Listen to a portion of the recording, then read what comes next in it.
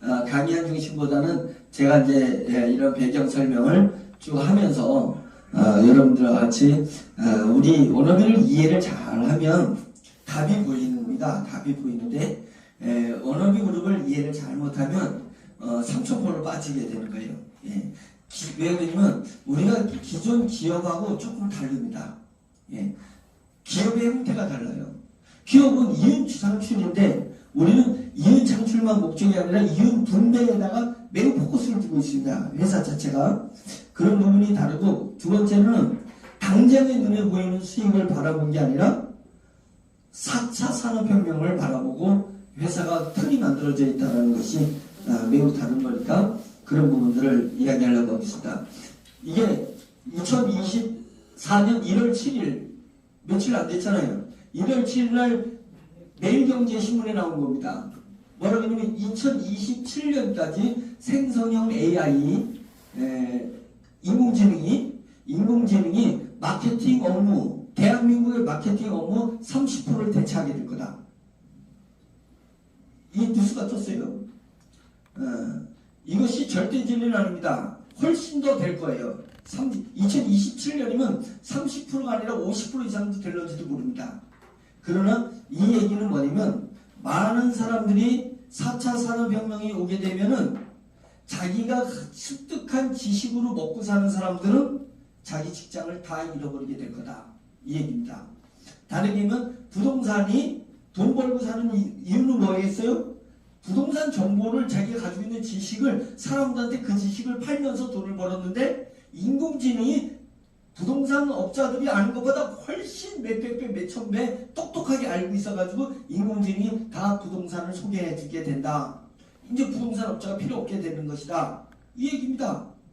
그 다음에는 보험회사 직원들이 보험회사 그 자기가 알고 있는 먼저 보험의 정보, 그 다음에 삼성이면 삼성의 보험의 정보, 동부면 동부생명의 보험의 정보를 가지고 사람들을 설득해서 보험을 들게 해주고 그거에 대한 수수료를 먹고 살았는데 이젠 그 사람이 자기가 가지고 있는 정보를 설득하는 그 능력보다 인공지능이 훨씬 더 잘 설명을 해준다 이거예요.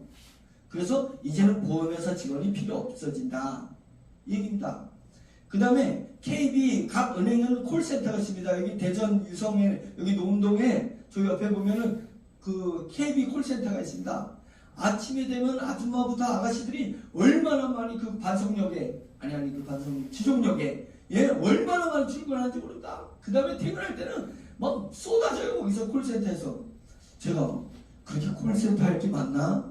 라고 생각하는데 은행의 모든 콜을 거기서 받습니다. 이제는 그런 것들이 인공지능이 다 대체해버립니다. 사람이 상담하는 것보다 더 구수하게 그 사람이 경상도로 질문하면 이 사람이 경상도 여자 아가씨로 답변을 하는 거예요. 예?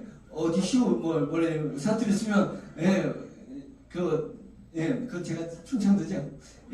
그럼 사투리 쓰면 대충 해가지고 딱 하면서 그렇게 능술능란하게 모든 상담을 다 해줄 수 있습니다.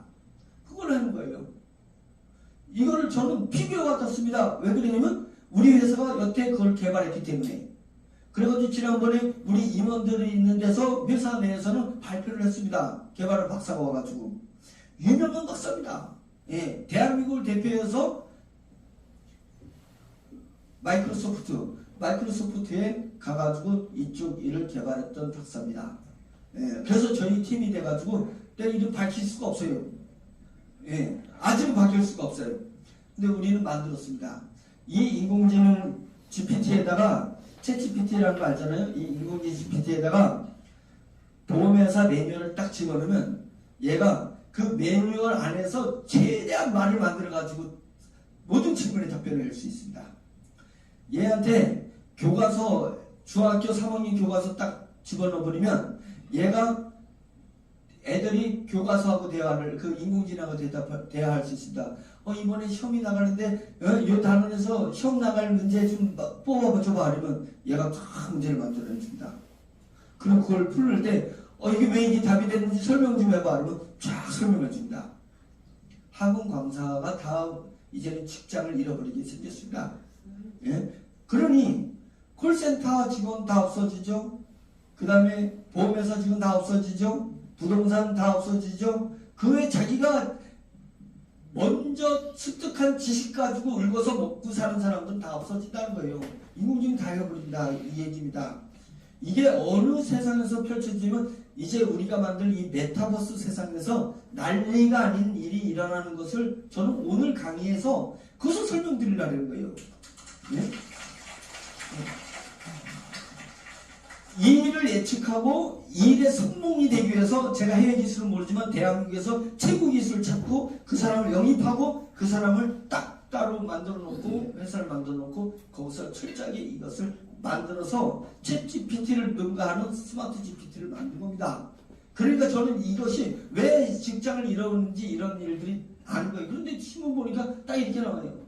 30% 훨씬 더 될 수 있습니다. 30% 이상 의 직장을 잃어버린 일이 일어나게 되고, 그래 되면 여러분들의 지금 기성세대들이 제가 이제 식당에 이렇게 화면에 앉아 있으면 저보다 연배가 이제 퇴직 앞에 두고 있을 50대 후반에서 60대 이런 분들이 동료들하고 막 술 한잔하면서 막 즐기고 막 아주 대화의 꽃이 피는 그런 모습을 제가 잘 보면서 제 생각이에요. 저것이 언제까지 갈까?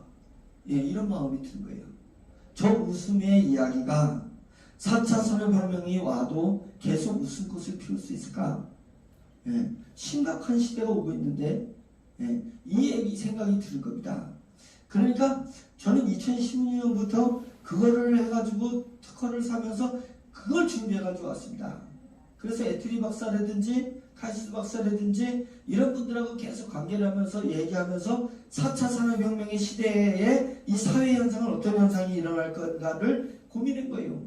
그래서 제가 돈만 있다면 그쪽 기술을 빨리 습득을 해가지고 이 기업을 일궈내서 이 기업이 만들어진 돈은 그 당시에 이제는 지금은 밥 먹고 살고 지금은 용돈 주면서 살지만 그때 돼서는 얹혀 살려고 하는데 내 자식들이 보험회사에서 우리나라의 보험회사 직원이 예를 들어서 30만 명이면 30만 명이 없어지고 그 다음에 뭐해서 30% 영어보다 먹고 사는 사람들이 다 직종이 없어졌을 때 그들이 어디로 가냐고, 내 자식들이 어디로 가서 살아야 되냐고. 그러니까 내 자식들이 직장을 구하기가 어려워요. 그나마 있는 떡볶이집 장사도 떡볶이 장사는 나 혼자 이 골목에서 나 혼자 했는데 직장 있는 사람들이 옆에 떡볶이 장사들이 한 5, 6 있는 거야. 이 떡볶이 장사도 해먹기 힘들어요.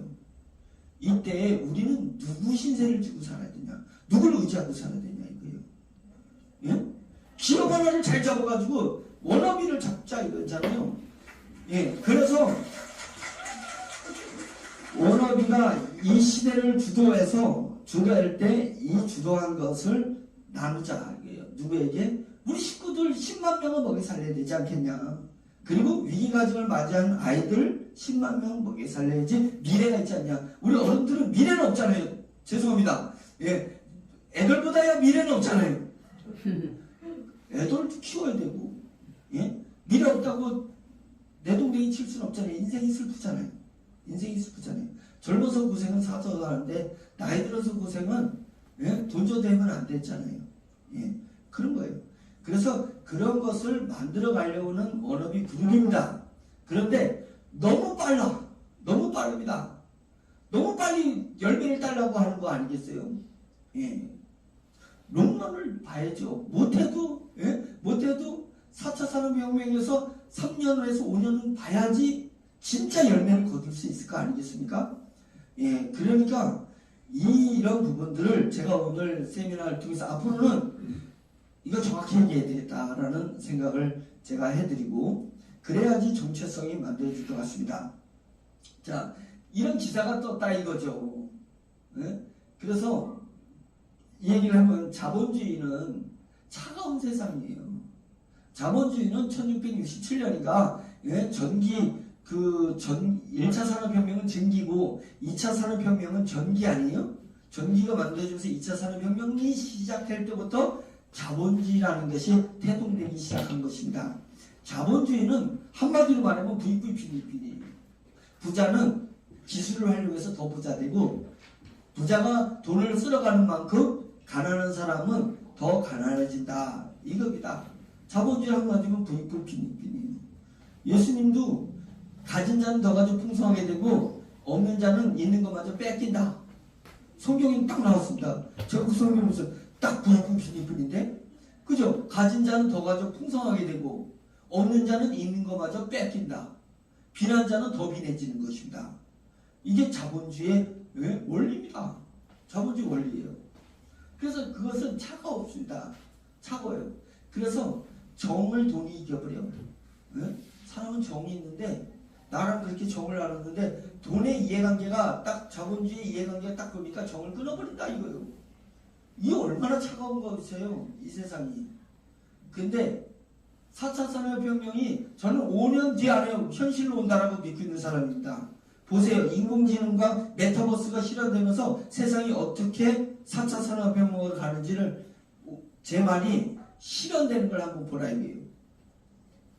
이 얘기 제가 예전부터 했던 얘기입니다. 근데 이제 기사 나기 시작한 거고 5년 뒤엔 실화될 거다. 4차 산업혁명이 되게 되면 저는 4차 산업혁명에 뭐 IoT라든지 여러 가지 현상들이 있습니다. 그거는 인간의 삶을 유익하게 해주는 부분인데 가장 어려운 건 뭐냐면 이 인공지능하고 메타버스예요. 이게 사람의 일을 다 뺏어버린다 이겁니다. 사람의 일을 다 뺏어버려요. 예? 그러면 이 인공지능하고 메타버스가 실현이 되면 부자들은 해피해져요. 예? 직장 안 다녀도 돈이 착착 들어와. 자기의 엘리트 그 기술을 활용해가지고요. 왜? 나머지는 다 인공지능이 해주니까. 예? 메타버스 시대 가지고 자기는 쫙 휴양지 가가지고 해안가 가가지고 가족들은 저기서 막 풍당풍당 대고 자녀들은 놀고 자기는 쫙 벤치에 앉아가지고 예? 메타버스는 다 일을 다 하거든. 얼마나 좋은 세상이에요. 근데 대다수는 직업을 잃어버린다는 거예요. 대다수는 직업을 잃어버린다. 그러니까 환상적인 것은 어느 정도 레벨 이상 된 사람은 인공지능이 오고 메타버스 오면 환상적인 삶을 살게 되는데 나머지는 직업이라 가지고 국가의 거지가 된다 이거예요. 국가에서 주지 않으면 못 먹고 사는 거지가 되어버릴 수 있어요. 예, 그런 거니까 이 부분은 초부익부 광빈익빈을 만들어낼 거다.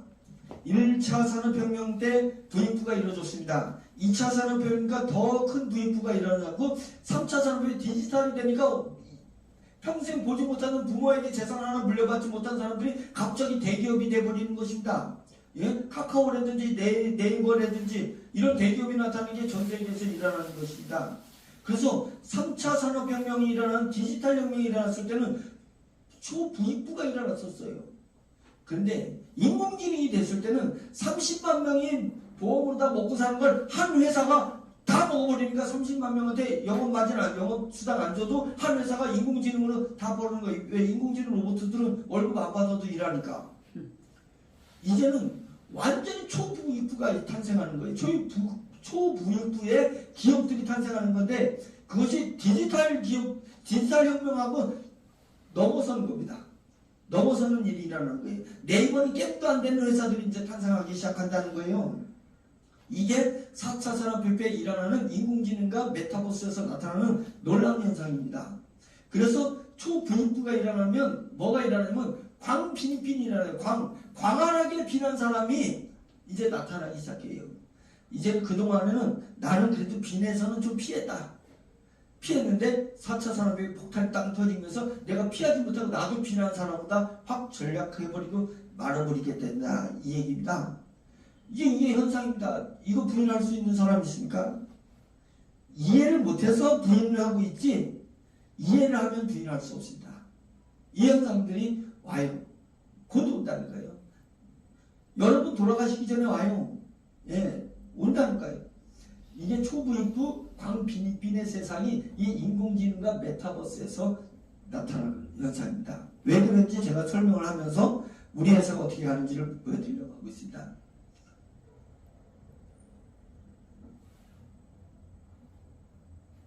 이게 이 지금 자본주의는 차가운 세상이라 했잖아요. 이 초부익부 광빈익빈의 날이 오게 되면 이것을 헤쳐나가는 방법은 뭐냐면 국가는 해주겠죠. 국가는.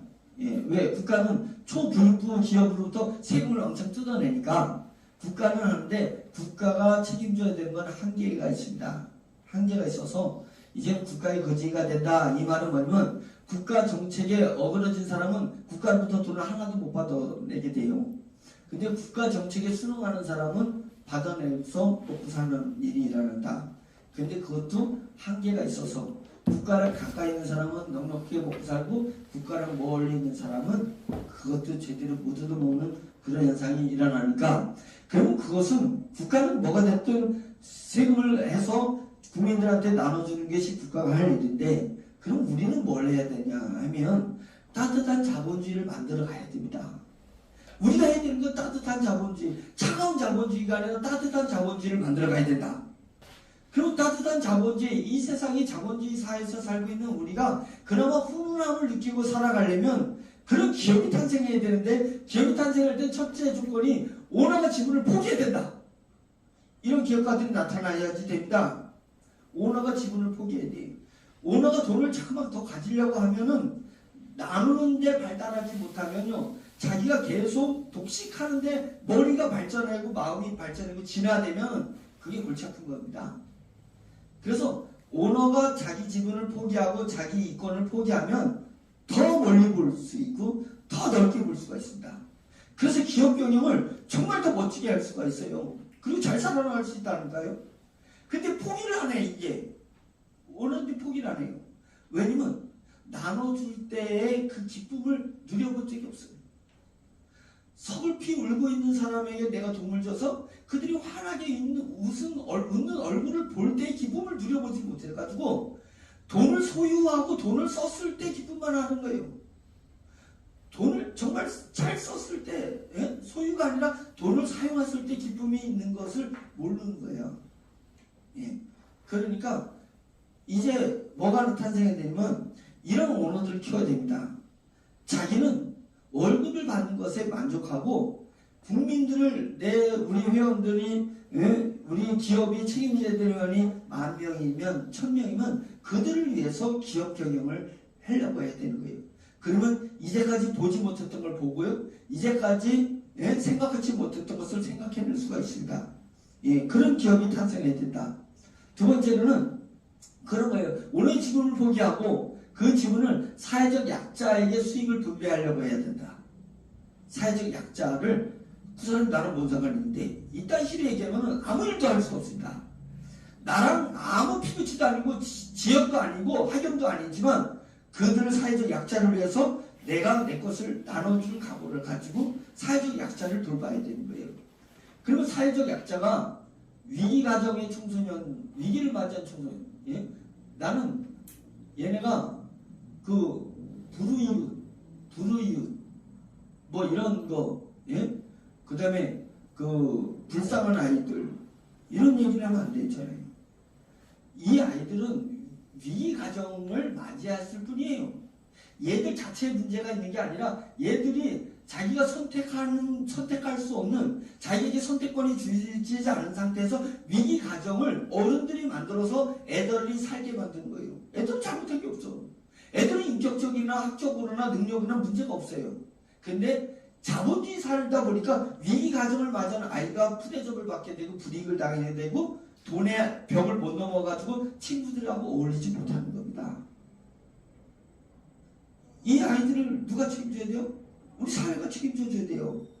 위기 가정을 걔가 어떻게 위기 가정을 돌파할 수 있습니까? 그래서 이들을 위해서 오너가 지분을 포기해야 된다. 위기 가정의 청소년들을 위해서. 두 번째는 위기의 기성세대.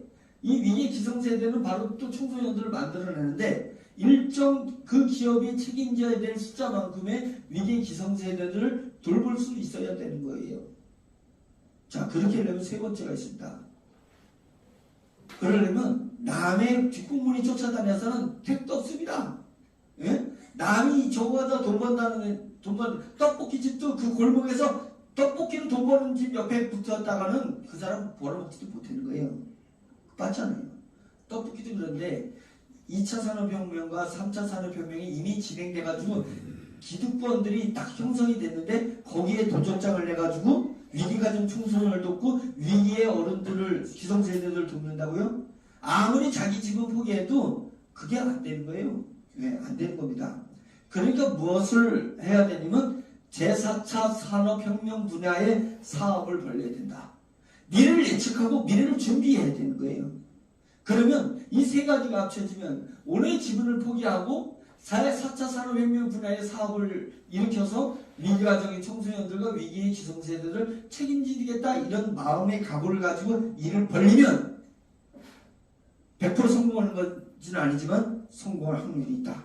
예, 이걸 잘 연결을 잘하면 그것이 가능성이 있다라고 생각하는 겁니다. 워너비 그룹이 그래서 탄생한 거예요. 예.